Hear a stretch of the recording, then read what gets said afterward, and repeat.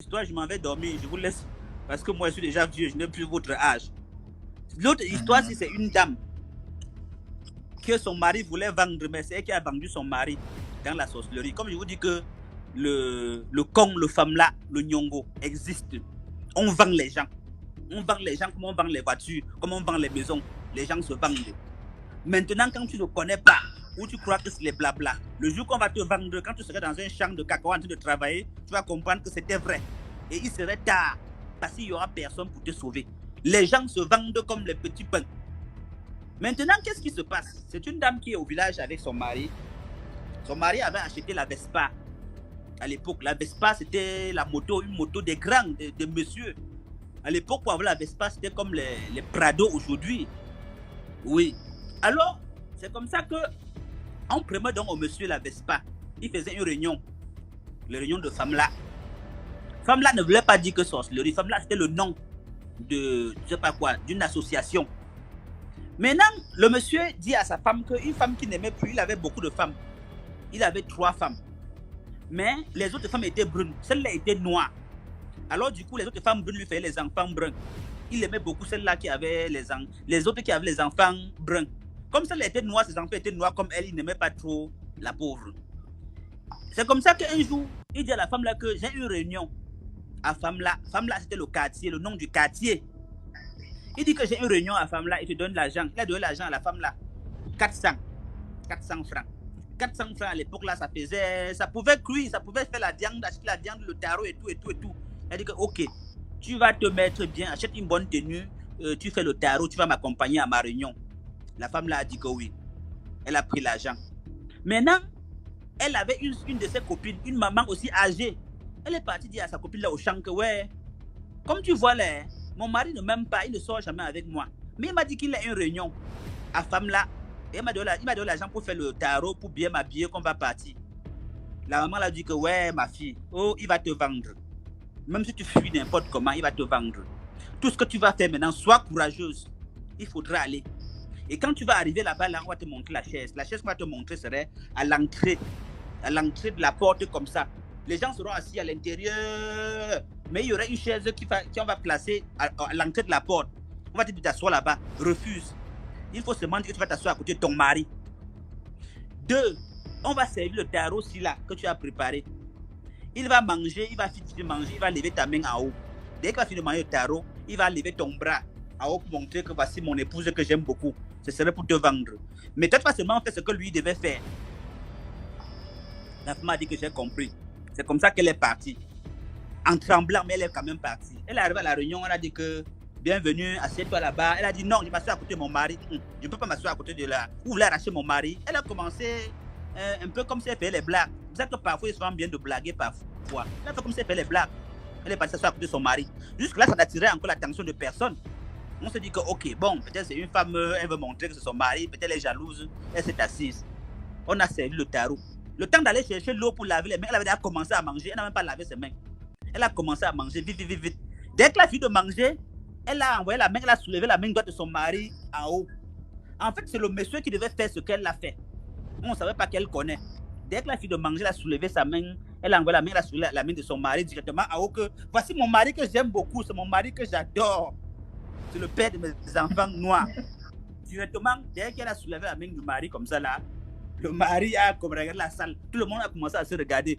Les gens ont commencé à sortir un à un, que l'animal a tué le chasseur. Les gens sont sortis un à un. Maintenant, le trésorier a dit que tout le monde, moi, il doit faire mon travail. Tout le monde doit sortir. Mais moi, je suis obligé de donner l'argent. Voici l'argent de ton mari que tu aimes beaucoup. C'est comme ça qu'il a pris l'argent, il a donné à la dame. Toujours les sacs traditionnels, les sacs bandolières.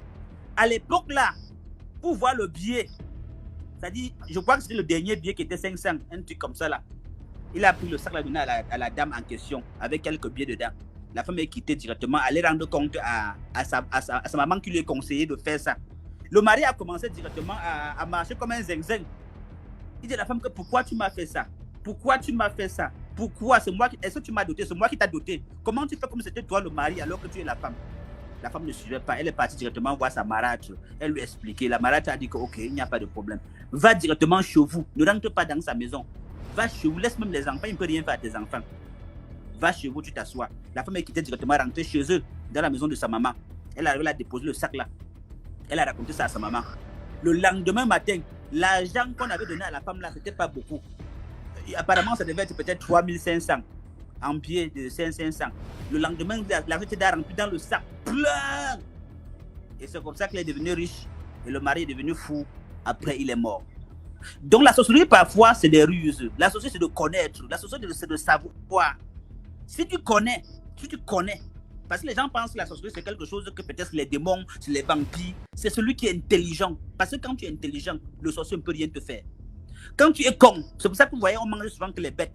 On prend rapidement les enfants qui sont bêtes, les enfants qui sont cons, les enfants idiots. Mais un enfant qui est intelligent, qui est sage, qui rend compte de tout ce qu'il voit à ce moment, qui ne cache pas les choses, qui n'est pas têtu, c'est difficile qu'on le prenne. Même les hommes. Voilà donc mon histoire, c'est comme ça que ça s'est passé. Et la femme est devenue la plus riche du village. Le plus riche du village qui était son mari est décédé. Ok, bon. Oh. Merci beaucoup. Je laisse aussi notre personne. Merci beaucoup, tonton Alex, pour tout ce que tu fais pour la communauté, pour les gens, tes vidéos qui sensibilisent, tes vidéos et tout et tout. Vraiment, on apprécie merci beaucoup mon ce que fils. tu fais. Merci, merci. Moi, je fais ça dans le but. Les gens pensent que moi, je suis dans les réseaux sociaux pour chercher les patients ou les malades. Je suis là pour sensibiliser. Parce que beaucoup de choses qui nous arrivent, parfois, c'est rien du tout. Parfois, on meurt à cause d'un condiment. Parfois, on meurt, on est couché en bas de l'arbre qui peut nous soigner. Je dis l'arbre qui peut te soigner.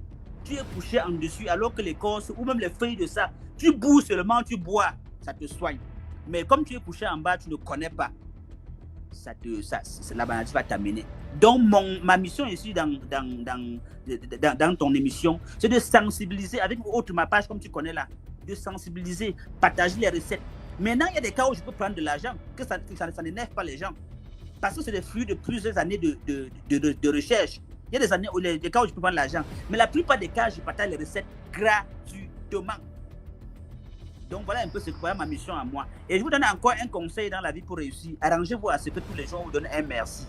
Arrangez-vous que tous les jours que Dieu a créé, que quelqu'un vous dise merci sincèrement, les cheveux vont blanchir sur la tête. Mais si tous les jours que Dieu a créé, on vous maudit, on vous insulte, vous n'allez jamais réussir dans la vie. Merci. Bon, bonne soirée à vous. Bonne nuit, tonton. Oui, bonsoir. Je disais que c'est mon histoire qui s'est passée en 2009. En 2009, je travaillais dans le championnat anglais, donc je travaillais dans le VIP des footballeurs et des dirigeants. Il y avait une fille...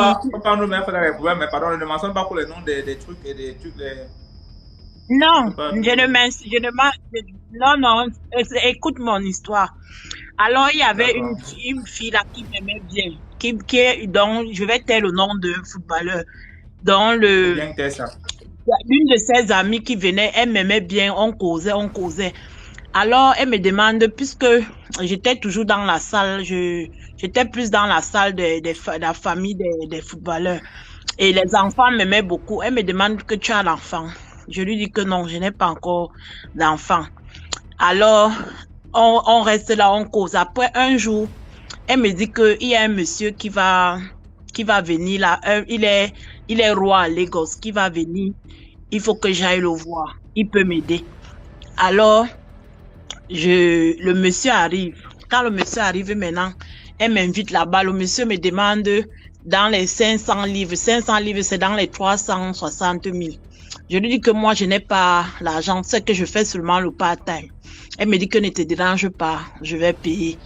Elle m'aide à payer. Après, le monsieur là me dit que pour que il travaille sur moi, il faut que j'aille au Nigeria. Alors, je prends mes économies. Le monsieur rentre. Entre-temps, il était venu au mariage de son neveu qui se mariait avec la nièce de Lady Diana. De la fille Lady Diana. Le mariage s'est passé. Le mariage s'est passé. Quand le mariage s'est passé maintenant, il m'a invité au Nigeria. Je suis partie. J'ai ma meilleure copine qui est au Nigeria. On a fréquenté ensemble. Je l'ai caché que je partais. Je suis quittée. Quand je suis quittée, je suis partie au Nigeria. Quand je suis partie au Nigeria, on est venu me prendre en escorte à l'aéroport. Je me disais que waouh, je suis arrivée où j'étais comme la reine quoi. Nous sommes arrivés dans un quartier à Lagos là-bas qu'on appelle Idjangwadi, c'est à la frontière du Bénin. On arrive là-bas, on arrive dans un château. Le château là, il y avait tout dedans. Il y avait les églises de réveil, il y avait les sélectes, il y avait presque tout là-bas, dans le château là. Alors, quand j'arrive maintenant, le jour là, on me reçoit bien, je dors. Le deuxième jour, je demande au monsieur là que, mais est-ce que tu ne veux pas commencer le travail? Il me dit que non, attends. Après, maintenant, comme c'était à la frontière, je lui dis que j'ai envie d'aller au Bénin. Je quitte maintenant, je vais au Bénin. Il me donne le chauffeur et d'une de ses femmes. On va au Bénin. J'ai fait un peu le tourisme là-bas. Après, nous sommes allés s'asseoir sur un bar.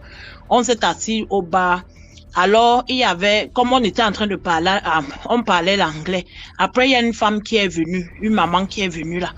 La maman là, elle a commencé à me montrer la main comme si elle veut manger. Je demande au barman de lui offrir ce qu'elle veut. Et tout et tout. Après, la maman l'a dit que ouais, regarde une belle fille comme ça là, tu es venue chercher ta mort. Après, je lui demande que, madame, vous dites quoi? Elle dit que tu comprends français. Je dis oui. Après, elle me dit que tu sors d'où? Je lui dis que je suis camerounaise. Elle me dit que tu viens faire quoi? Tu es venu faire quoi ici? Je dis que non, je ne suis pas venue ici. Je suis au Nigeria. Je suis venue au Nigeria voir les amis. Elle me dit que rentre comme tu es venu. Rentre comme tu es venu. Je lui demande que maman, pourquoi? Elle me dit que je te dis seulement rentre dans ton pays comme tu es venu. Ah, je me dis, elle ne voulait pas, elle s'est levée, elle est partie. Après, nous sommes rentrés. Quand nous sommes rentrés maintenant, 3 jours après, les gens là m'appellent. On arrive dans ils m'appellent, ils me demandent de descendre. On arrive dans une salle. On arrive dans la salle là. On s'assoit. Il y avait les gens assis là. Il y avait peut-être 20 personnes. Ils me demandent ils ont commencé à distribuer, où c'était l'eau, où c'était quoi, je ne sais pas. Ils ont commencé à distribuer, chacun a commencé à boire. Arrivé à mon tour, je leur ai dit que non. Moi, le matin, je ne mange pas, parce que moi, je mange pas le matin. Je dis, je ne mange pas. Après, ils me donnent une liste. Ils me donnent une liste maintenant. Et la liste là, c'était en Yoruba. C'était en Yoruba. Ils me donnent la liste là maintenant. Après, je monte dans ma chambre. Après, le soir là, le monsieur là qu'on appelait le roi, lui-même il est descendu parce que en fait il utilisait seulement ses servants. Il est descendu, il est venu me donner un pain rouge et un banderole noir. Il m'a donné ça. Dès qu'il m'a donné ça, il me dit que demain on va commencer le travail. Je lui dis que demain comment? On va commencer le travail. Il me dit que demain dans la nuit, on va venir me chercher, on va commencer le travail. Mais c'est là où je suis restée quand j'ai vu le pain rouge là. Et je me suis rappelé des films nigérians que je vois souvent. Je me suis rappelé de ce que la maman là m'avait dit au Bénin. Je suis restée, j'ai commencé à prier, j'ai commencé à faire le rosaire. J'ai commencé à faire le rosaire en bassa ou en anglais ou en français. J'ai commencé à prier, j'ai commencé à pleurer. J'ai dit que Seigneur, me voici au Nigeria. Je n'ai dit à personne. Je vais venir entrer dans quoi? Mais la fille là m'avait dit seulement qu'on devait me faire le traitement. Qu'est-ce que je suis venue entrer? J'ai commencé à pleurer, faire le rosaire. J'ai pleuré toute la nuit, je priais. Après 4 heures du matin, le roi là est venu. Il dit que tu veux me tuer. Tu es venu me tuer. Tu veux venir me tuer chez moi. Tu veux venir me tuer chez moi. Allez, garde. Prenez-la, vous allez là, vous l'amener à l'aéroport. Prenez-la, vous l'amenez à l'aéroport. Dès qu'il a dit ça, oh, d'ailleurs même, on ne te traite plus. Tu veux me tuer. Tu veux venir me tuer ici chez moi. Maman, dès qu'il a dit ça, que je n'ai même pas eu le temps de me brosser, ni me laver, je me suis habillée. J'ai pris mes trucs, ils sont partis me laisser à l'aéroport. C'est là où j'ai appelé ma copine. Quand j'appelle ma copine maintenant, je lui dis que je viens me chercher et tout et tout. Je lui montre la liste. Ma copine a commencé à pleurer. Elle me dit que, mais toi tu es parti, tu voulais entrer, ça c'est les sectes. Après, quand je suis rentrée sur Londres, 2 semaines après, le monsieur là est mort. J'ai vu seulement sur Facebook comment on montrait que le monsieur là est mort.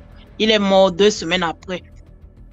J'ai vu seulement les traces sur Facebook, comment les gens, et après, j'ai vu dans les commentaires, que dans les commentaires, il y a une personne qui avait mis un lien là que, ah, ça c'était un sorcier, c'est même bien un sorcier de Hmong et tout et tout. J'ai suivi le lien là, c'est là où je suis partie voir que c'était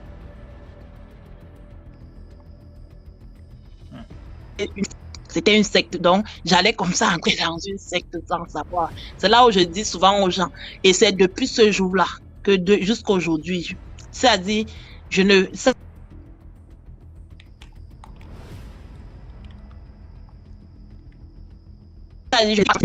tellement peur. L'histoire là m'avait fait peur. Je n'ai jamais eu peur comme ça là. Donc, c'est pour dire aux gens que faisons attention et à choisir la personne avec qui tu vas expliquer ton problème parce que tu ne sais pas qui est qui. Donc, tu peux te retrouver en voulant quelque chose comme ça, là, tu te retrouves dans les problèmes. Donc, c'est le conseil là que je vais donner. J'allais entrer dans une secte comme ça, là, en disant que je cherche l'enfant. Quand on était à Bamenda, on a affecté, puisque mon papa était gendarme, on a affecté mon papa à Douala. Ça fait qu'on a loué une maison. Quand on est arrivé dans cette maison-là, la maison-là, il y avait toujours les problèmes. Mes parents, il y avait toujours les problèmes. Dans cette maison-là, on n'était pas en paix, en fait.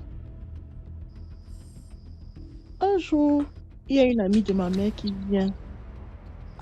Elle dit à ma mère, elle part aux toilettes, elle voulait faire pipi, elle est partie aux toilettes. Les toilettes de ma mère, parce qu'il y avait 2 toilettes. Il y avait les toilettes dans la chambre de ma mère. Il y avait les toilettes pour nous, les enfants, comme ça. Et quand elle était venue, ils ont commencé à se causer dans la chambre de ma mère, la collègue de ma maman, là. Après, elle a demandé à ma maman qu'elle va aller aux toilettes. Maman, elle est partie dans les toilettes de ma mère.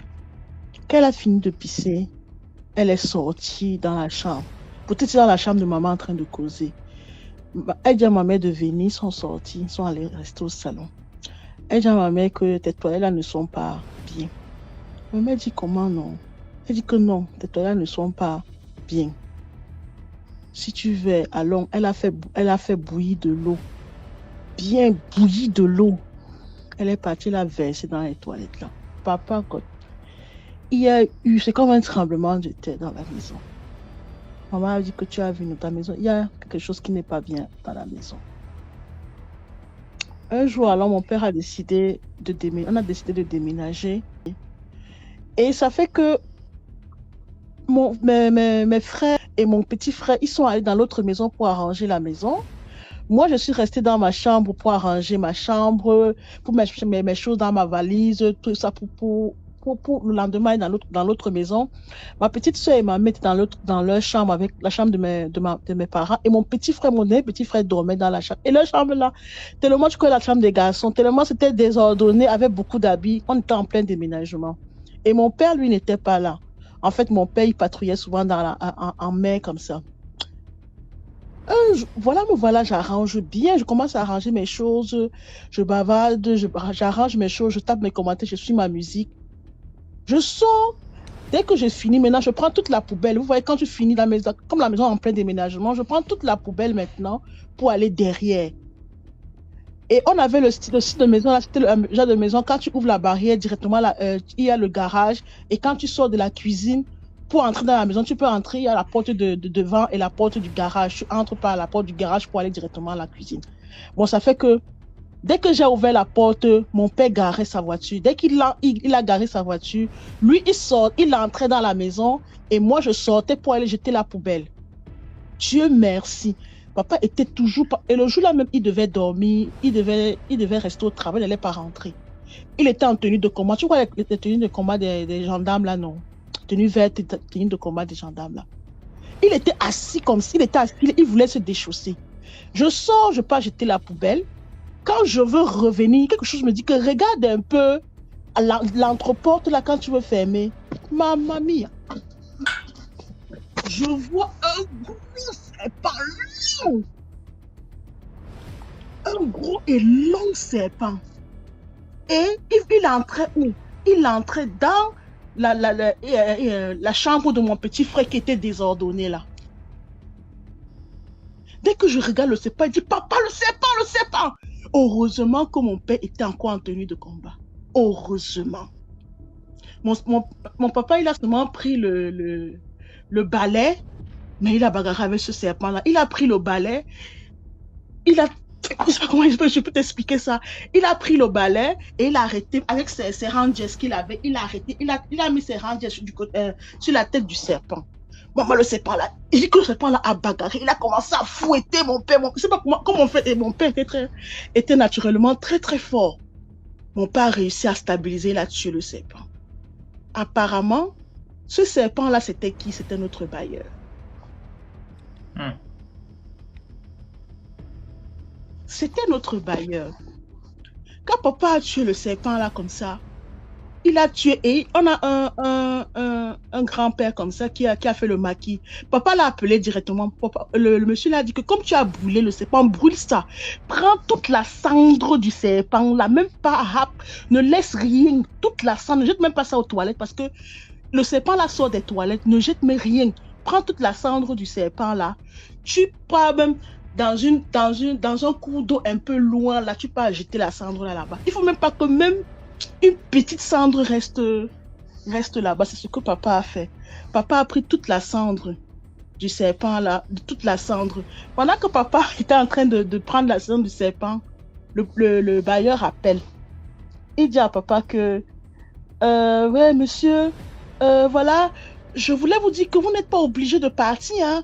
Vous pouvez rester encore dans cette maison-là. Mais ce qui est là, c'est que tout ce qui reste là-bas, tout ce que vous avez fait, en fait, il disait des choses qui n'avaient même pas de sens, en fait. Papa lui dit que ce que tu as mis chez moi, là, sache que je l'ai déjà fait. Papa dit qu'il parlait comme ça inconsciemment. Et papa dit seulement, ce que tu as mis chez moi, là, sache que le travail a déjà été fait. Il dit que non, ce que vous avez l'intention de faire là, ce n'est pas ça. Moi, je peux venir, on s'explique et on voit ce qu'il a fait. Papa dit que ce que vous racontez, c'est votre problème. Papa a raccroché. Il est parti faire ce qu'on a fait. Il a jeté le serpent. Il a jeté la cendre du serpent. Ça n'a même pas fait 2 semaines. Le bailleur là est mort. En fait, ce qu'il voulait faire, c'est quoi? C'est qu'il voulait faire le même travail qu'il faisait quand on habitait chez lui. Il voulait entrer dans les habits parce que la chambre là, tu connais quand on déménage, non? La maison était vraiment dessus, dessous. Et dans cette chambre-là, il y avait tellement d'habits. Il y avait tellement d'habits qu'on pouvait toujours même porter les habits là comme ça et mettre dans un sac et partir avec le serpent. On pouvait s'emballer dans les habits et on prend tous les habits, on met dans un sac et on partait avec le serpent. On devait normalement partir avec ce serpent-là. Et il allait continuer son travail. Vraiment? Toujours en menaçant. Et ce qui est encore marrant, il y avait une dame derrière, dans cette maison-là, elle habitait derrière. Quand elle a su qu'on a tué, elle est venue nous dire qu'elle ne dort, elle était enceinte. Elle est venue dire à mon papa qu'elle ne dort pas la nuit. Toujours le serpent là l'a dérangé toute la nuit. Qu'enfin, elle était tranquille. Elle dit que 2 semaines après, le propriétaire est décédé. 2 semaines après. Donc, on loue là. Faisons très attention. C'est pourquoi il est toujours conseillé, quand tu es dans une maison, il faut toujours bénir la maison. Même moi, je dis toujours qu'il faut toujours faire une messe. Nous sommes tous des Bantous. Je ne sais pas comment certaines personnes avec leur pratique bien spéciale à eux. Ils peuvent bien, comment on appelle ça? Soit tu laves ta maison avec le sel béni avant d'habiter dans cette maison et tout. Fais quelque chose avant d'habiter dans une maison. N'habitons pas. Bon. Je suis là pour vous raconter l'histoire de comment on m'a hypnotisé. Je ne sais même pas si c'est hypnotisé ou bien ensorcelé pour me prendre mon argent. Ça s'est passé il y a je sais pas, 3 ans. Je pense bien il y a 3 ans de cela. J'étais en Gaoundéré. J'étais au dortoir. Donc, dans notre dortoir, on avait des jours de sortie. C'était le samedi. Le jour-là, j'avais absolument besoin de faire ma carte d'identité. Je ne savais pas ce que partait faire dans une administration un samedi, mais je me disais que ça devait être ouvert. Donc, je pars pour voir le truc là-bas, là. Parce que je devais faire ma carte d'identité pour composer. Je composais le bac et il fallait que je m'enregistre. Donc, il fallait que je fasse la carte d'identité. Je pars, donc, on me dit que c'est fermé. Et entre-temps, j'avais un camarade qui m'avait envoyé acheter une chaussure pour lui à côté là, dans un supermarché là, bref. Je pars dans là-bas. Quand j'ai fini, je suis arrivé à l'administration, on m'a dit que c'est fermé, c'est samedi aujourd'hui. Tu viens faire quoi là? Je pars donc, je me tourne, je pars acheter la chaussure. Je finis d'acheter donc. Je suis en train de rentrer. Un homme m'interpelle en route. quelqu'un. C'est comment? Il me dit que bonjour. J'ai dit que bonjour. Il me dit que. Il m'arrête au niveau du bras. Il m'arrête. J'ai dit que c'est quoi? Il me dit que où je te vois là, tu as un cœur pur. Viens, je vais t'expliquer les choses. J'ai dit que non, je ne suis pas intéressé. Laissez-moi partir. Il m'a dit que non, viens, je vais t'expliquer les choses. J'ai dit que non, laissez-moi, je vais partir. Quand il dit comme ça là, 2 secondes après, je me retrouve en train de suivre l'homme. Jusqu'à il dit que viens, on s'assoit quelque part là. Je dis que mais. Au moment là, je ne comprenais plus rien du tout. Je ne comprenais plus rien. Donc, du moment où j'ai dit que je ne suis pas intéressé là, jusqu'au moment où il est parti, je ne comprenais rien de ce qui se passait. On passe s'asseoir. Il me demande mon prénom, je lui donne mon prénom.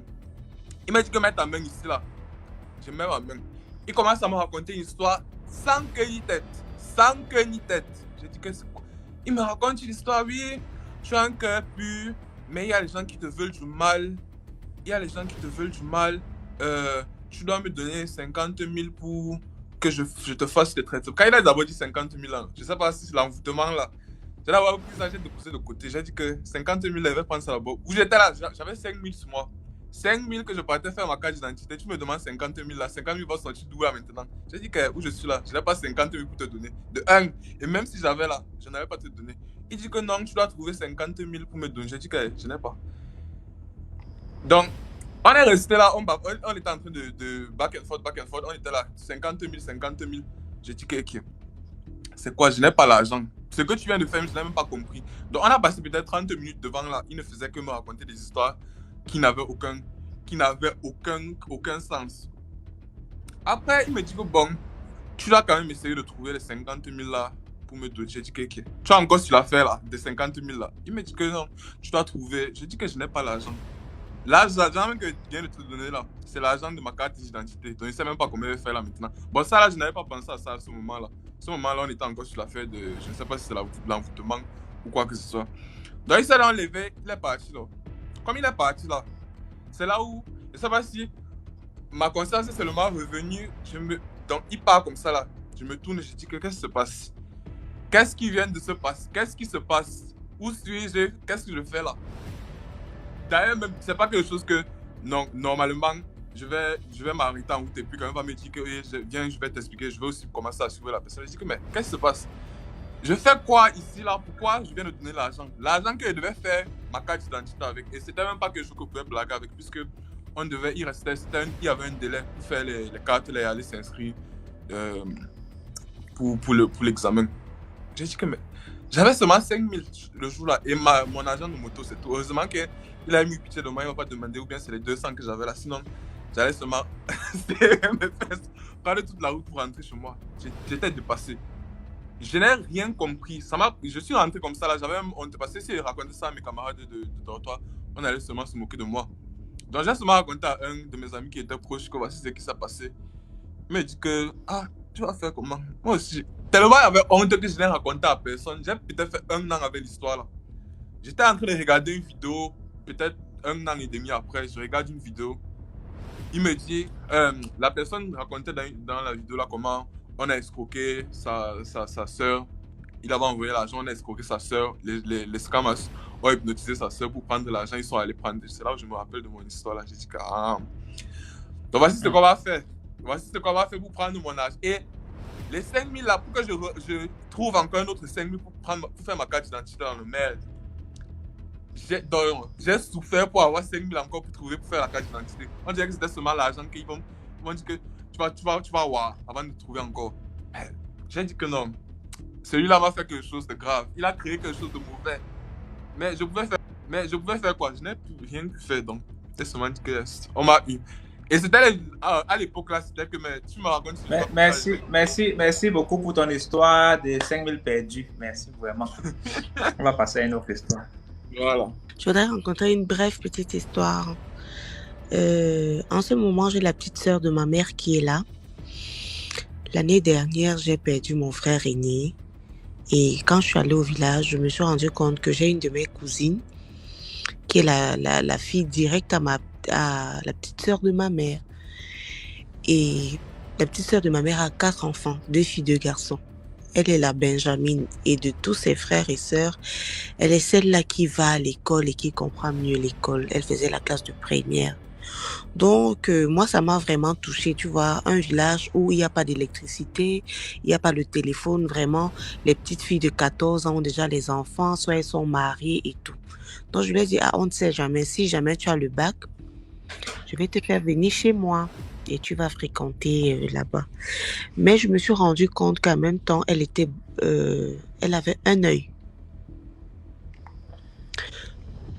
La petite fille, elle a un œil, en fait. Donc, tu vois, comme tu as tes 2 yeux ouverts, là, chez elle, un œil ne s'ouvre pas et l'autre reste ouvert. Donc, elle a une paupière qui ne peut pas se fermer ou s'ouvrir. Elle est juste tombante. Donc, elle ne réagit pas. Mais quand tu soulèves la paupière, cette paupière-là avec la main, elle voit très bien. Son œil n'a pas de problème de vue. Mais cette paupière-là reste tout le temps tombée et ça ferme l'œil. Donc, dernièrement, elle est arrivée il y a 1 semaine avec sa mère. Donc, j'ai demandé à sa mère qu'est-ce qui s'est passé vraiment, qu'elle me raconte pourquoi. Est-ce qu'elle est née comme ça? Est-ce que ça fait mal si on pouvait faire quelque chose? Et donc, elle m'a dit non, ma fille, vraiment, faut pas qu'on te dérange et tout. On ne peut rien faire en fait pour l'œil de l'enfant. Ça ne lui fait plus mal. Mais je vais quand même te raconter ce qui s'est passé il y a quelques mois. Son père était malade, très, très, très malade. Et elle avait reçu la nièce à son mari à la maison qui vivait, ça faisait environ 6 mois à la maison. Donc, quand son mari est tombé malade, ils sont allés à l'hôpital et tout, mais ça ne donnait pas. Donc, elle a fait venir le pasteur à la maison, ils se sont mis à prier, à prier, à prier. Tous les soirs, il y avait des prières à la maison. La nièce de son mari se sentait mal. Elle pleurait dans la nuit. Elle disait non, il y a le feu dans la maison. Il y a le feu dans la maison. Non, je ne peux plus supporter. Je ne peux plus supporter. Sa maman lui dit, mais qu'est-ce qui se passe? Non, il faut que je dise la vérité. Mais si je dis la vérité, ne me renvoyez plus au village. Son mari est étonné. Ne me renvoyez plus au village, sinon je ne vais pas, je vais risquer de mourir. Ça m'a dit que, mais qu'est-ce qui se passe? Il dit que non. Papa que tu vois coucher là, il ne va pas s'en sortir. Il ne va pas s'en sortir si vous continuez à l'amener à l'hôpital. Mais on peut faire quelque chose. Bonsoir Hélène. Mais on peut faire quelque chose. On peut faire quelque chose pour lui parce que on ne l'a pas encore mangé. Les parties de son corps sont encore dans le frigo, dans le congélateur. Donc on attend qu'il rende l'âme pour se partager ça. Ça, c'est le papa de ma nièce qui est ici, de ma cousine qui est ici avec moi.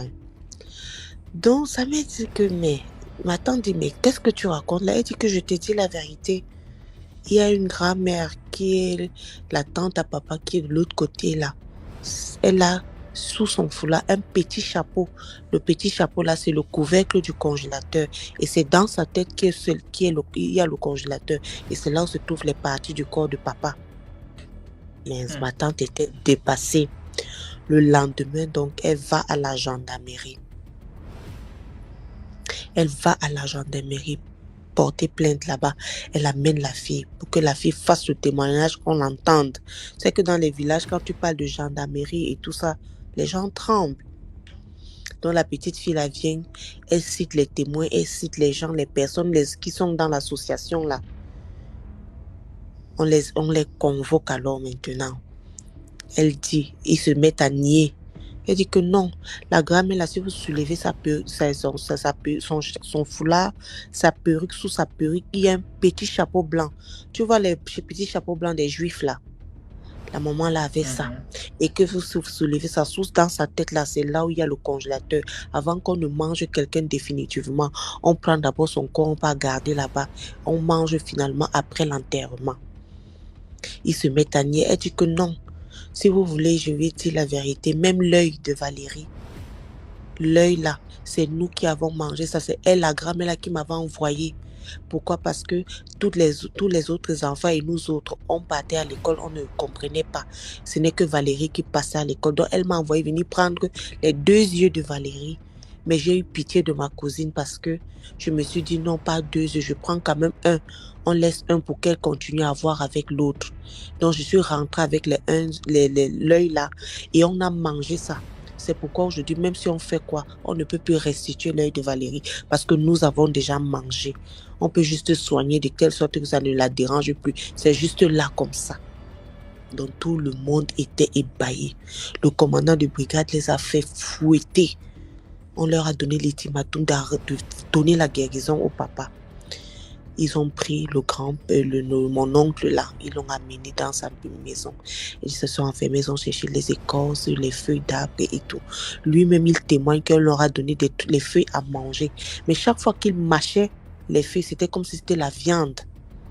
Tu vois, le genre, on te donne une herbe à mâcher.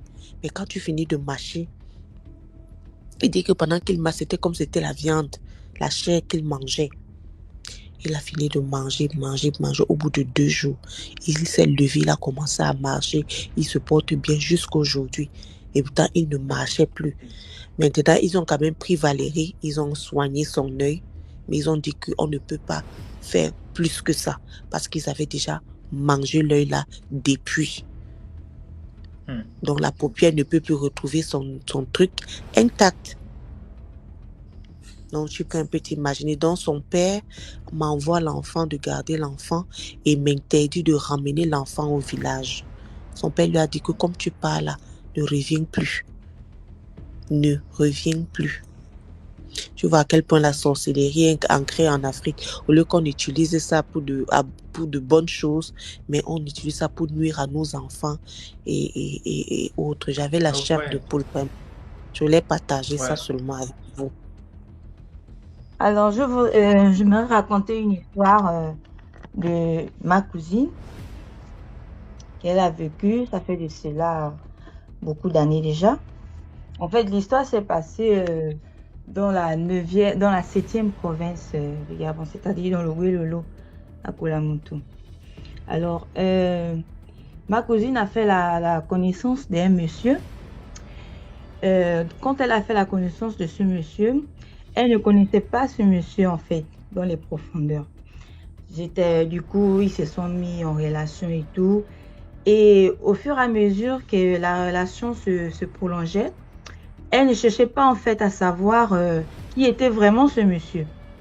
Donc, ils ont eu un enfant, 2 enfants, ils ont même eu 3 enfants. Alors, un jour, puisque ça parlait déjà autour de la famille et tout, mais comment tu fais des enfants avec un monsieur que tu connais pas, tu connais même pas sa famille et tout, tu connais même pas d'où qu'il vient et puis tu te lances comme ça. Elle dit que c'est pas votre problème, moi je l'aime et tout, voilà. Donc, il y a une de ces grandes sœurs qui dit que non, cette affaire, moi je ne trouve pas ça normal. On doit connaître la famille du monsieur. Et on doit tout faire pour aller rencontrer la famille du monsieur. Elle a refusé catégoriquement. Et c'était une fille très orgueilleuse en fait. Elle était très orgueilleuse. Donc, pour elle, ces choses, vous ne devez pas parler, vous ne devez rien faire. Alors, un jour, sa grande soeur a dit, elle a insisté vraiment. Elle a parlé au monsieur. Elle a dit au monsieur qu'il faudrait que ma petite soeur aille connaître tes parents. Même si nous, on ne vient pas, mais au moins, elle doit venir rencontrer tes parents. Monsieur aussi n'avait jamais parlé de ses parents à ma cousine en question. Donc, un jour, elle aussi, ça lui est venu en tête comme ça.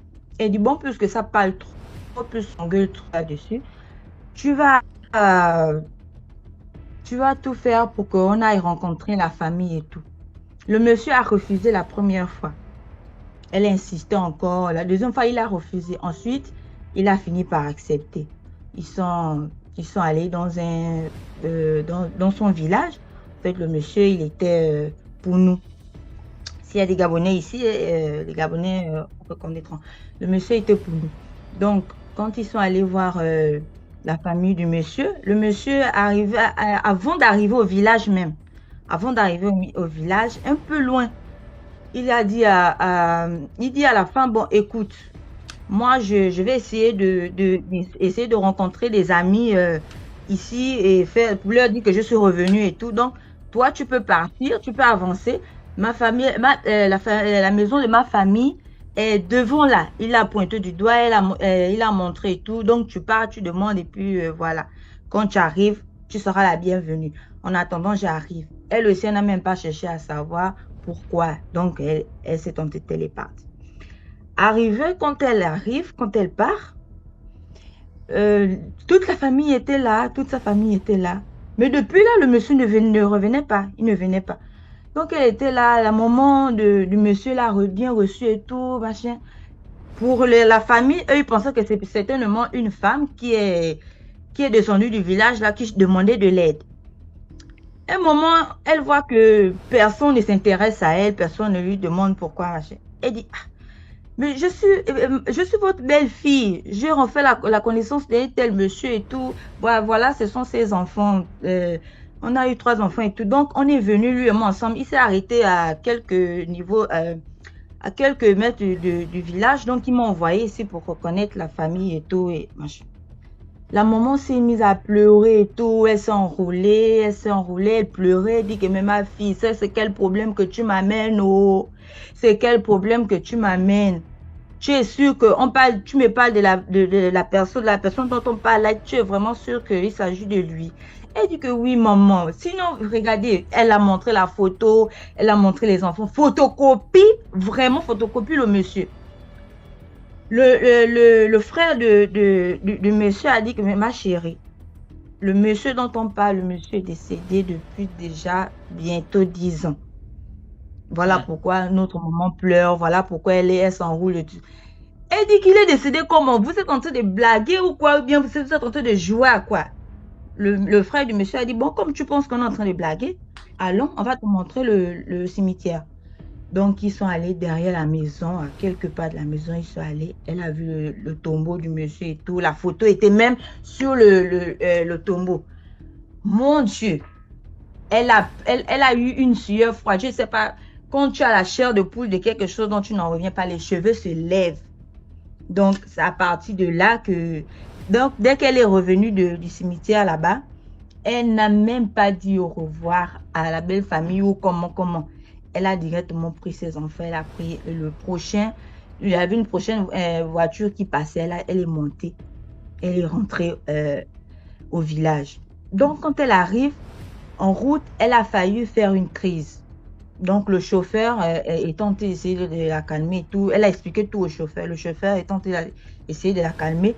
Mais dès qu'elle arrive à la maison, elle a fait une crise de folie. Elle est restée comme ça pendant un bon bout de temps. Pendant au moins même... elle est restée comme ça pendant 6 ans. Donc, à chaque fois qu'elle revoyait ça, les crises de folie là revenaient. À chaque fois qu'elle pensait à ça, les crises de folie revenaient jusqu'à... On a amené un peu partout. On a essayé de soigner et tout, mais ça n'allait pas. Jusqu'à après, bon, elle est décédée. Tout récemment, elle est décédée et puis voilà. C'était juste pour sensibiliser aussi nos sœurs qui on rencontre les hommes là, on ne sait même pas vraiment comment, d'où le monsieur revient ou bien comment on ne sait même pas, on s'engage seulement sans pourtant savoir vraiment le fond. C'était un peu ça mon histoire. Wow. D'accord. Bon, ce soir, j'aimerais te raconter l'histoire de l'homme qui a épousé une sirène chez lui pendant 15 ans. Les hommes qui aiment les femmes jolies, là. C'est eux que ça concerne. Yeah, on va sûrement mourir. Fiona, tu es une sirène ou tu es pas une sirène? L'histoire-ci, c'est un monsieur qui était allé à la plage un dimanche et qui était parti dans le but de se détendre, de se faire plaisir, et qui a rencontré une jolie demoiselle. Cette femme ravissante, très belle, sans tache, avec un accent benguiste.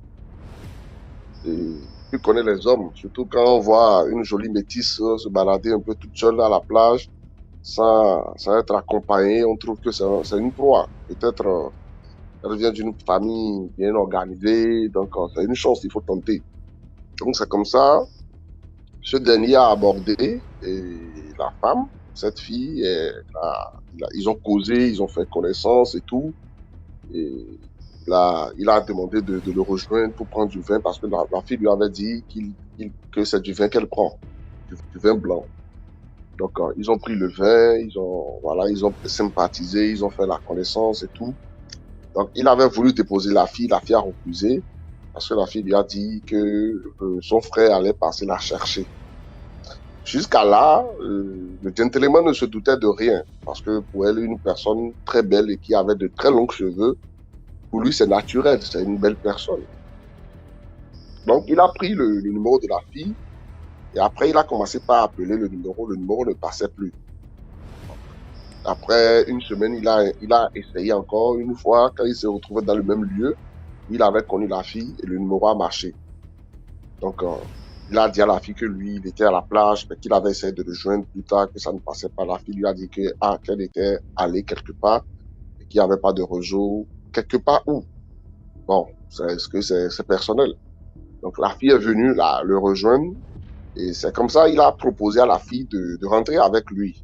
La fille dit non, je ne peux pas. Il a insisté sur sa façon d'insister. La fille a dit bon, ok, il n'y a pas de souci. Donc, c'est comme ça, il est rentré avec la fille. Et en son temps, il était en location, il avait loué un appartement, un studio. Donc, ils ont passé la soirée ensemble, c'était bien doux, c'était bien salé, sucré. Voilà quoi, tout s'est bien déroulé. Donc, il a vu les bonnes choses, il a vu la chair, donc il était content. Donc, le lendemain, la fille s'est bien réveillée, lui a fait le petit déjeuner, tout comme si elle avait l'habitude de dormir là. Bon, le gars, il s'en est embarrassé, il s'est dit, non, là, qu'il ne veut plus que la fille parte, la fille n'a qu'à faire au moins quelques jours ici, et après qu'il va partir avec elle pour aller rencontrer ses parents et tout. Et à chaque fois qu'il disait ça, la fille riait seulement. La fille dit, mes parents, ils n'auront même pas besoin de te rencontrer parce que je suis un poids pour eux. Ils veulent juste que j'aille me marier. Donc, la fille sur son insistance, la fille est restée là. Et c'est comme ça, dans leurs aventures, il a créé un petit commerce à la fille de vente de vêtements de femmes. Mais il ne savait jamais où est-ce que la fille allait payer les habits. C'est-à-dire, dans la boutique là, les habits ne manquaient jamais. La fille allait toujours pour acheter. Et dans quel marché la fille allait à payer les habits pour venir ravitailler sa boutique. Et monsieur même ne savait pas. Mais elle vendait. Elle gagnait l'argent. Donc, elle a payé une voiture même. Elle a remplacé la voiture du gars. Et ils ont fait un enfant, ils ont fait une première, ils ont fait une deuxième, ils ont fait une troisième. Mais tu vis avec une femme et jusqu'à ce que vous ayez 3 enfants, tu ne t'es plus permis de demander, mais viens gérer voir tes parents. Moi, je lui ai demandé, il lui a dit que ça lui est arrivé une fois parce qu'ils se sont disputés pour de l'alcool, parce que le gars était sorti et rentré ivre. Donc, la fille s'est fâchée, elle avait dit qu'elle va partir. Et ça a amené une dispute et il avait souhaité aller voir les parents de la fille et que la fille avait refusé. Je dis, mais toi-même, tu ne trouves pas ça bizarre que quelqu'un qui vit avec toi jusqu'à ce que vous ayez 3 enfants, tu n'as jamais vu ses parents. Elle ne t'a jamais précisé de quel village ses parents sont. Quand tu lui demandes, elle est d'où, elle te dit que ses parents sont des pêcheurs. Ils sont tout le temps sur l'eau. Et toi-même, quand tu regardes la forme de la personne, toi-même, tu ne comprends pas qu'il y a fait sur l'eau là, c'est dans l'eau. Donc, ils sont allés au village du monsieur parce qu'il y avait l'un de ses oncles qui est décédé, et ils sont allés.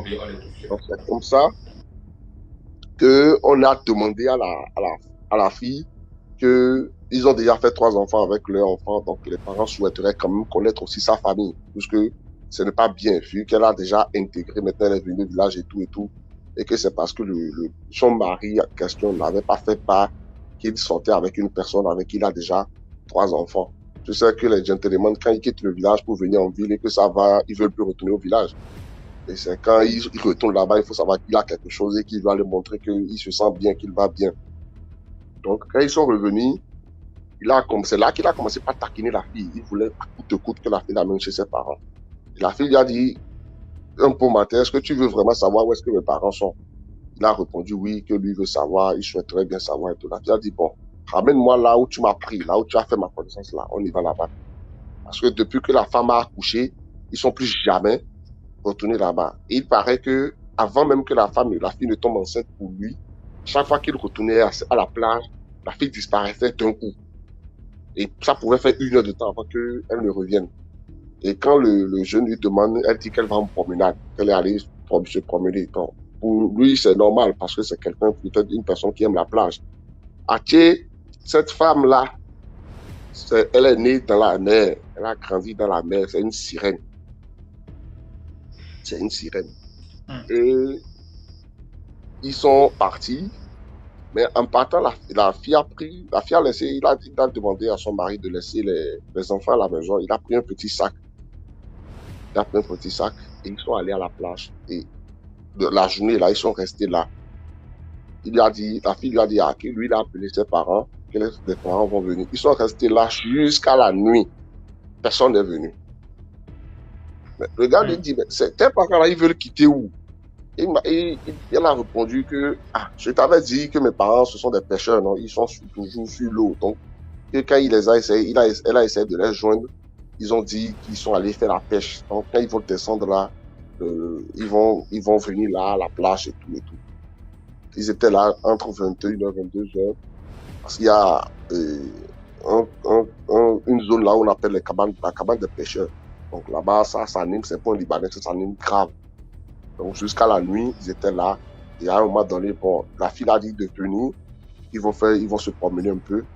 Et le temps de se dégoûter un peu les jambes, comme ils le faisaient depuis la journée. Et c'est là qu'en partant, la fille lui dit un peu devant, voilà ma mère qui vient. Ok.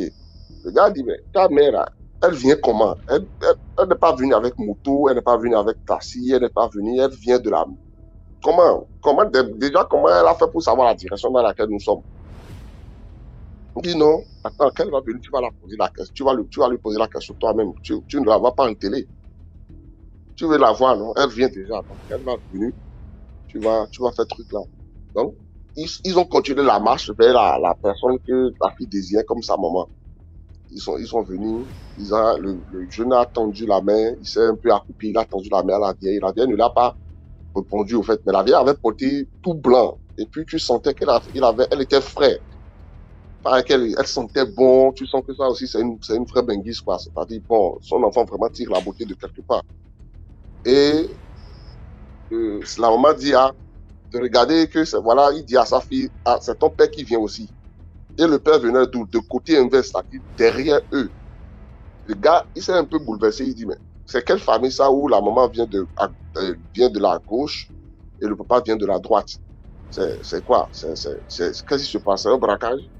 Donc, il a pris la panique.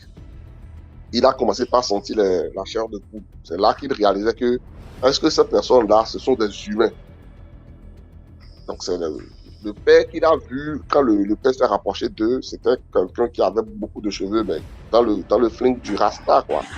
Dans le flingue du Rasta, les cheveux bizarres, mais lourds. Donc, il était là, mais il n'arrivait plus à parler parce que c'était lourd. Il attendait tout ce que la fille et ses parents disaient, mais lui, c'est comme si quelque chose avait fermé sa bouche. Il n'arrivait plus à parler. Il était resté là, jusqu'à ce que le truc l'a emporté comme un sommeil. Et plus tard, quand il s'est réveillé, il n'avait ni plus la fille, ni soi-disant le père et la mère. Donc, le lendemain, quand il est rentré, étant frustré, il a appelé ses parents pour leur expliquer que c'est ce qui s'est passé. Ils ont essayé d'aller vérifier. Il s'avérait que la femme en question était une sirène, était une divinité qui avait pris corps. Et moi, j'en avais entendu parler que les sirènes, que ce sont des êtres humains qui ont leur monde et qu'il arrive, qui prennent le corps d'une femme ou d'un homme pour venir intégrer la vie sociale, notre vie sociale, afin de faire des enfants. Et c'est comme ça qu'ils arrivent aussi à avoir leur progéniture parmi nous. Donc, maintenant, il fallait faire quoi? Parce que les enfants sont là. Les enfants sont là. La maman est partie. Elle est partie par où on ne sait plus. Parce que le gars, quand il s'est réveillé, il n'avait plus maman, il n'avait plus sa femme aussi. Donc, il ne peut pas dire aux enfants que leur maman vient de la mer. Il ne peut pas dire ça aux enfants que leur maman vient de la mer.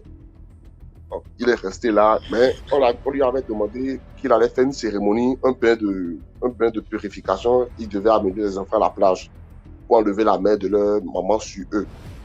Parce que s'il ne le fait pas, quand les enfants vont grandir plus que ça, que la maman risque de venir les chercher. C'est dans cette affaire d'aller faire le bain de rituel de purification à la plage la nuit, là, que la maman est encore sortie. Et cette fois-ci, ils étaient là, au bord de la plage, là, au bord de la mer, là, en train de travailler, quand la mer même est sortie.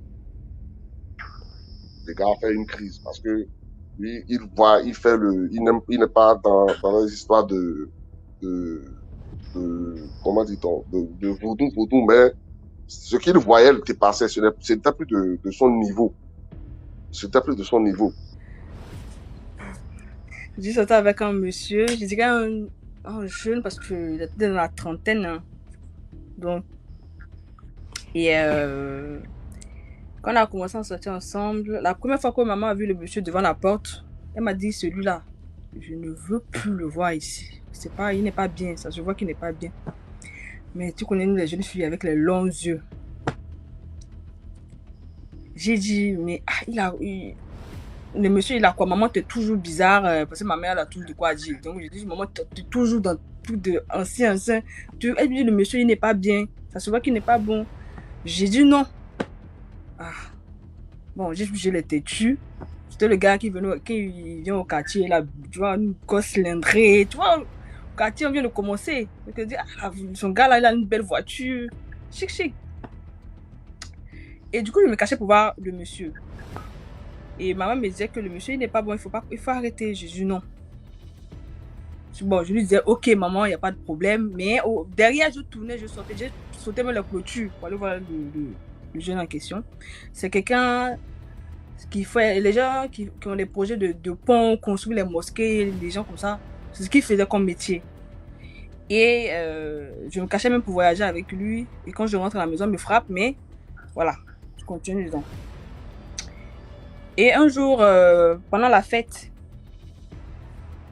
je suis assise, je suis là à manger. Un coup, je commence à trembler. J'ai dit à ma mère que je sens qu'on m'attache. Je sens que ma respiration va se couper. Ça va pas, j'ai mal à la tête.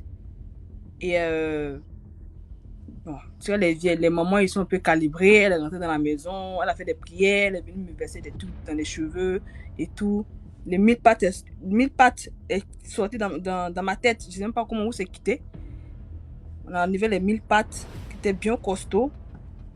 Et après, elle m'a envoyé au village pour qu'on me lave. C'est arrivé là-bas, le monsieur a dit non, que je sois avec un monsieur qui n'est pas bon, qu'il voulait me rendre folle pour prendre mes chances parce qu'il avait un nouveau contrat et qu'il avait besoin de faire un peu de sacrifice et tout.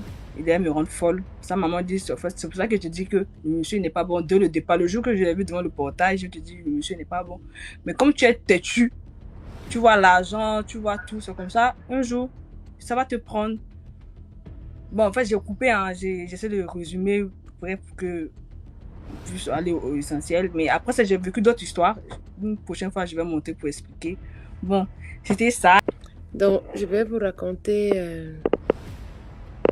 Je vais vous raconter aujourd'hui l'histoire d'un cousin du village. Vous savez, les familles élargies que nous avons là.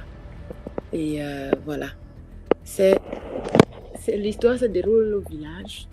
Quand nous sommes encore enfants, entre 10 et 14 ans, et mon cousin, lui, il avait, je crois, 13 ans à l'époque. C'était ce qu'on appelle en éton un dibidia. Donc, il était très gourmand. Très gourmand. Quand on partait quelque part, lui, il n'était pas le genre d'enfant qu'il va arrêter son ventre. Non, il mangeait tout. Tu sais que quand tu vis avec tes grands-parents, quand vous sortez, même si vous partez à l'église, généralement, tu attends que le grand-parent te donne la permission de prendre quelque chose ou de refuser. Donc, si on rencontre quelqu'un, la personne te dit que viens prendre les beignets que je vais te donner ici. Tu regardes d'abord ta grand-mère comme ça, tu attends qu'elle te dise que prends ou pas, avant de prendre ou de refuser. Mais lui, non, ce n'était pas le genre là. Lui, il mangeait tout. Tu donnes qu'il prend. Tu ne donnes pas où il prend. Il ramasse au sol, il prend. Et tout le temps, on a donc commencé à l'appeler un dibidia, donc gros mangeur. C'est comme ça, donc, on joue dans les blagues comme ça au village. C'était le soir. On se tapait les divers et tout et tout. Et dans les blagues, grand-père lui dit que comme tu es toujours en train de manger là, fais attention.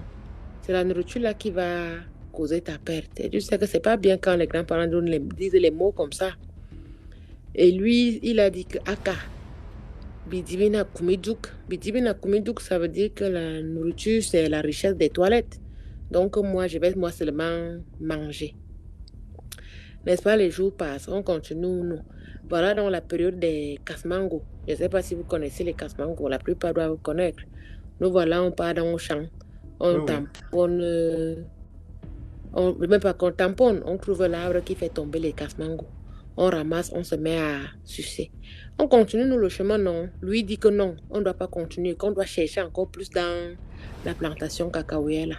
On dit non, on a ramassé la quantité qu'il nous fallait, continuons seulement le chemin.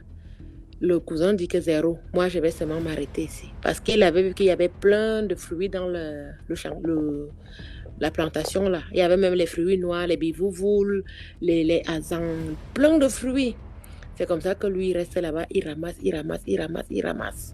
Il revient avec son sac. Tu sais que quand vous partez au chaque, vous avez les sacs de riz là ou les sacs de manioc que vous partez avec pour revenir avec le manioc. Il ramasse plein de fruits, tous les fruits qu'il pouvait, il ramasse. Même les prunelles, il ramène. Nous voilà, il vient nous retrouver au champ. Nous maintenant, on est content, non, il a ramené plein de choses. On se met donc, on fait le feu au village. Tu sais, quand on défriche les champs, on allume souvent le feu, non, pour brûler parfois le manioc, pour griller, manger au champ. On allume donc le feu, on se met à manger les prunes, tout ce qu'il nous a ramené. Pendant qu'on mange les crues comme ça, là, on voit les boutons qui commencent à sortir. Un bouton, non, les toiles, non, les gros boutons qui sont souvent sur les visages là. Comme c'était un garçon, on se dit que peut-être que c'est le moustique ou bien quelque chose qui l'a piqué. Nous, on ne prête pas attention. On mange, nous, les prunes, on travaille. Vers 15 heures comme ça là, parce que comme on travaille souvent jusqu'à 16 heures après on rentrait, on regarde, il y a 3 boutons qui sont sortis sur son visage. C'est là on lui dit que, Amot, tu es maintenant sous au mot et dis-te l'autre. Pourquoi tu as les boutons comme ça sur le visage? Il dit que, quel bouton? Je ne sens rien. On lui dit que, va un peu regarder dans le petit coup d'eau qui est là-bas, à Zorapoup, dans les fesses du champ, donc au bas là-bas. Il part, il regarde son visage, il voit aussi les boutons aussi. Mais sauf que lui voyait encore plus de boutons que nous, on le voyait. C'est comme ça qu'il revient là-bas en criant, Woko, Djongi. Djongi, c'est la grenouille. Donc son visage est comme la grenouille. On lui dit que non, ton visage n'est pas comme la grenouille. Tu as juste déjà 3 gros boutons. Il avait un gros bouton sur le nez ici, un autre un peu sur l'œil. Tu sais, comme les furons que la sorte souvent sur l'œil là, non. Et un autre sur la lèvre inférieure, dans la lèvre du bas là. On lui dit alors que bon, rentrons, peut-être tu as l'allergie de quelque chose, on ne connaît pas. On porte donc le manioc, les trucs qu'on avait. Moi, je ramasse le bois, on rentre. On est sur le chemin. Chemin faisant, non. Le gars commence maintenant à pleurer que sa langue pique. On lui dit que montre le jam, tel jam. Il fait comme ça là. Maman, DMG, la langue était comme si non. Il avait mangé les brûlures, les bosses, les trucs. C'est comme ça donc on commence à paniquer, on commence à courir, marcher vite non, pour vite rentrer. On arrive donc au village, on peut voir l'une des grand-mères qui était là. On dit que grand-mère, on est parti au champ papier, regardez ce qu'il a dans sa bouche et tout. La grand-mère a dit que non, ce n'est rien. On va prendre le dontol. Pour ceux qui connaissent le dontol, on va lui donner, ça va tuer les boutons qui sont sur sa langue. Dès il a pris, on a mis dans un petit verre, les mingili verres là qu'on donne souvent le dontol. Il a mis dans sa bouche, il a fait comme s'il a craché. Maman, l'enfant a commencé à cracher le sang. Donc la langue s'est encore bien brûlée. Et pendant ce temps, d'autres boutons étaient déjà encore sortis partout sur son visage. Donc comme c'était notre cousin du village, parce que c'était le genre que la cousine de grand-mère, donc on n'était pas vraiment très parentés. Donc on retourne de notre côté là-bas, donc dans la maison de grand-mère. Après on arrive là-bas, on raconte l'histoire, si la grand-mère nous demande que toi aussi tu as mangé les choses là, je dis oui. L'autre aussi a mangé, je dis tout le monde a mangé ce qu'il a rapporté. Grand-mère dit seulement que non. Venez, on va faire les remèdes. Et puis, elle va d'abord aller là-bas, voir la situation de notre cousin là. C'est comme ça que grand-mère part là-bas et lui demande que donne-moi tout ce que tu as ramassé, si tu en as encore un peu. Avec sa grand-mère à lui, ils ont pris les choses là. Ils sont allés chez le père qui avait la plantation là. Arrivé là-bas, le père leur dit que si vous ne me payez pas telle somme comme ceci, votre petit-fils là, non, il va seulement devenir votre lawyer. Bip non, donc il va devenir seulement gourmand. Donc c'est pour ça que c'est sa vie. Et maintenant, comme la grand-mère du gars là, donc la cousine à ma grand-mère là, elle était le genre de grand-mère qui se dit qu'elle est trop forte dans la sorcellerie, elle s'en fout, qu'il ne peut pas faire ça à son petit-fils. Elle lui dit que Zaman, ça veut dire que la grand-mère a juste dit au monsieur que tu crois que tu peux faire ta sauvagerie, là, ta sorcellerie sur mon petit-fils. Moi, mon petit-fils, le petit-fils de, elle a donné son nom. Et si c'est comme ça, je ne vais même pas te donner même 25. C'est comme ça que la grand-mère a rentré chez elle. Et grand-mère, elle a dit au monsieur que nous aussi, on a mangé les choses là. Et qu'il doit nous aider. C'est là où le monsieur dit qu'eux, ils n'ont pas ramassé, ils n'ont pas fait le gros cœur de ramasser, de secouer, même de cueillir, comme le gars, lui, l'a fait. Donc, nous, ça va. C'est comme ça que la grand-mère, elle revient, elle nous donne les dons, les trucs comme ça, on mange ça. Et puis, nous, on n'a rien vu. Par contre, le cousin, actuellement, il a guéri de ses boutons qu'il avait sur le visage, mais sa langue est comme une langue brûlée, noire, avec les taches. Et il ne fait rien de bon. Tout ce que ça dit, il est comme si on a seulement lancé son cœur avec la nourriture. Comme tu entends que les gens sont gourmands là. Ça dit que même si le deuil là, c'est à Zamingoui, s'il faut marcher à pied pour arriver là-bas, non. Il va seulement marcher pour aller. Tous les deuils, tous les mariages, il est seulement gâté comme ça. Il n'est pas marié jusqu'à aujourd'hui, il est comme ça. Et là. La nourriture seulement, la nourriture, les bagarres sur bagarres, il veut seulement la... Ça dit, jusqu'à aujourd'hui, donc le résumé c'est que les gars, ne ramassez pas les choses des gens sans demander et évitez la gourmandise en excès. Parce que les gens ici dehors ne blaguent pas avec leurs choses. Vous pensez que la nourriture c'est juste la richesse des toilettes, mais il y a les gens qui mettent le cœur sur les biens. Aujourd'hui là, je vais vous raconter l'histoire du marché Mokolo.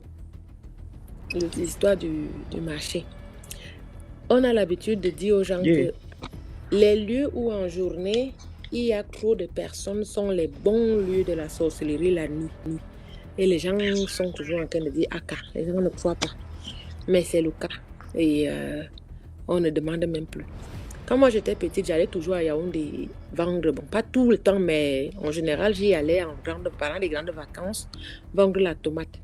Et j'avais une tante qui vendait la tomate à Mokolo dans un hangar, juste après le marché, après le quartier Banganté. Donc quand tu as un Sacré-Cœur de Mokolo, juste où il y a le sétif des filles, tu traverses la route, tu entres là, il y a les parties des hangars. Et où on vendait souvent la tomate là, il y avait on disait avant qu'il y avait une femme en face qui était devenue folle.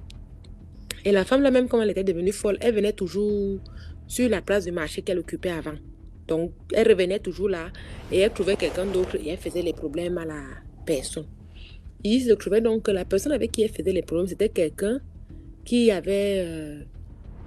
elles étaient dans la tontine ensemble et la dame a refusé de donner quelqu'un et c'est elle-même qui est devenue folle. Tu vois un peu. Et quand elle devient donc folle comme ça, elle continue à revenir sur sa place d'hangar du marché. Nous, maintenant, on vendait généralement du matin, peut-être de 6h comme ça, jusqu'à peut-être 17h, 18h. Après, on rentre. Parce que mamie, la tata chez qui j'allais pour vendre, elle disait toujours qu'après 18h, il ne faut plus rester dans les hangars là-bas. Parce qu'au marché là-bas à Mokolo, il y a vraiment la sorcellerie.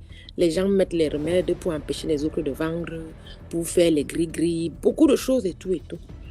Mais les yeux des enfants, nous, on n'aime pas croire. On se dit toujours que Aka, elle raconte des choses comme ça, ce n'est pas vrai. Voilà, alors qu'un jour, on finit de vendre comme ça, on devait aller à Tinga là-bas. On quitte donc, parce que comme on habitait vers Nyamchakal, non, avec les cousins et tout, nous voilà, on dit que nous, on va aller dans un bal là-bas du côté de Tinga. On traverse donc, on sort de où on habitait à Nyamchakal, non, on sort vers le Sétif, on marche Kounya. Au lieu d'aller contourner la route, tu vois un peu, non, de passer par Niki, descendre Mokolo et Lobby, remonter tout droit jusqu'à Tinga, nous on dit que nous, on va prendre le raccourci pour entrer dans le marché. Sauf que il y a des endroits dans Mokolo qui sont fermés avec des barrières, que si tu entres la nuit quand c'est fermé, tu ne peux plus ressortir de l'autre côté, sauf s'il y a un trou sur le grillage, tu vois un peu.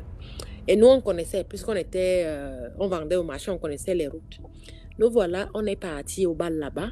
En revenant maintenant, donc, parce qu'en partant, on avait contourné, on avait bien pris la bonne route. Mais en revenant, comme on était fatigué, on n'avait pas d'argent pour prendre la voiture. Il était peut-être 3h34 bientôt. On rentre, donc on prend le raccourci. On arrive à Mokolo lobby là, on entre là-dedans. Fium. Quand on entre maintenant, on se met à marcher. Dans le marché, non. On se met à marcher parce qu'on avait envie de sortir directement au niveau du quartier Banganté pour traverser, entrer au niveau du Sétif. On sent d'abord qu'il y a la chaleur. Donc, il y a des endroits que quand tu entres, tu sens une forte chaleur en plein 4h du matin, 3h34, en plein Yaoundé. Vous-même, vous savez le froid que Yaoundé a souvent là. Que tu veux même te laver comme ça, là, tu sens que l'eau blesse. Tu sens une forte chaleur, mais tu ne vois pas de feu, tu ne vois personne, rien. On est comme ça, à 5h. Gars, comment il fait chaud ici, là, comme ça, non? Il dit que nous marchons seulement, partons seulement. On se met à marcher, on marche. Après, on entend seulement le frein de pick-up.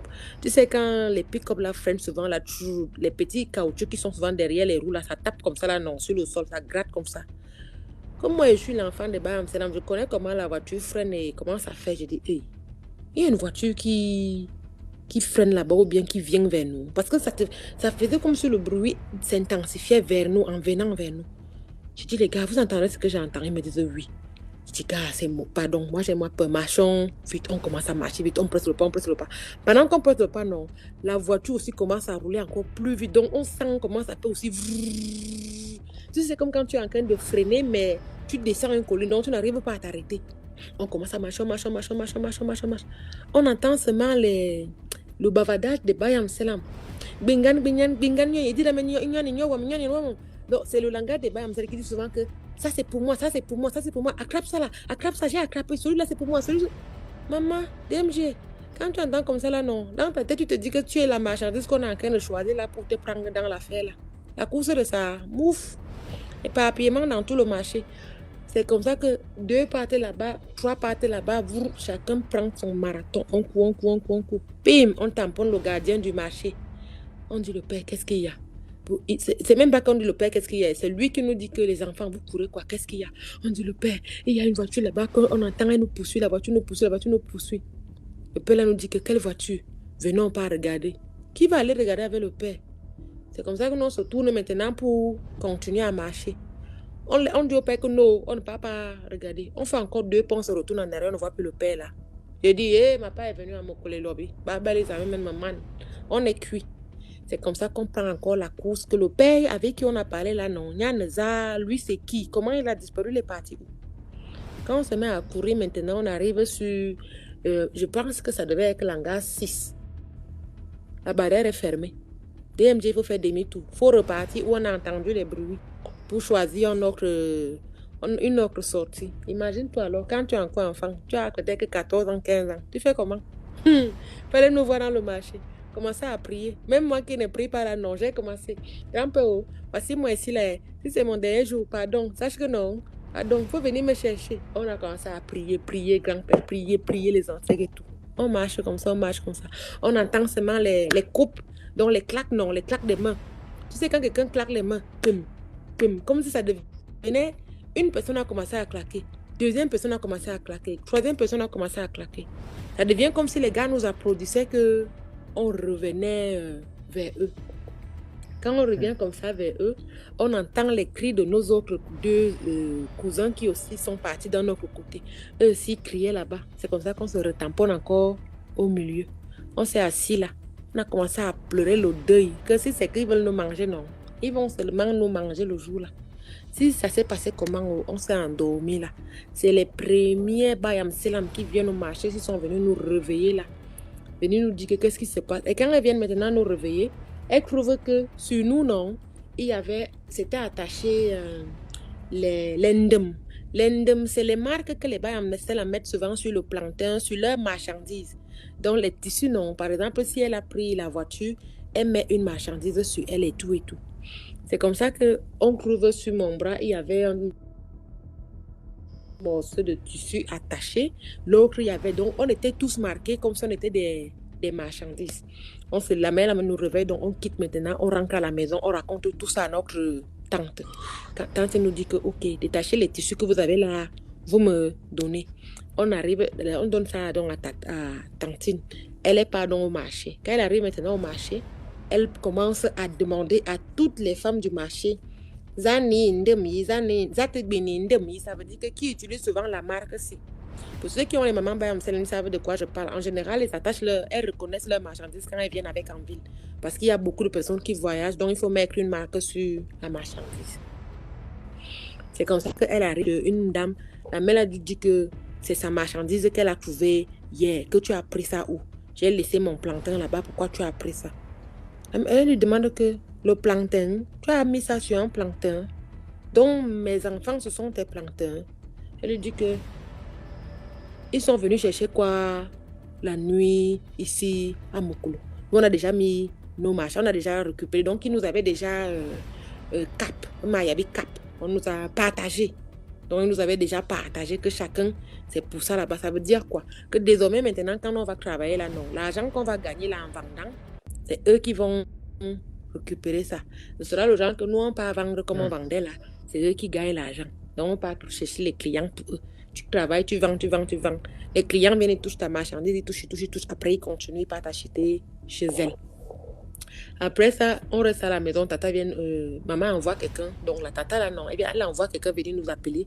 On arrive maintenant là-bas. Elle dit que bon, il faut que la dame là lui dise ce qu'il faut qu'elle fasse pour qu'elle donne les noms des autres personnes qui ont aussi mis les marques sur les autres. Parce que comme on était 5, nous tous, on avait ça.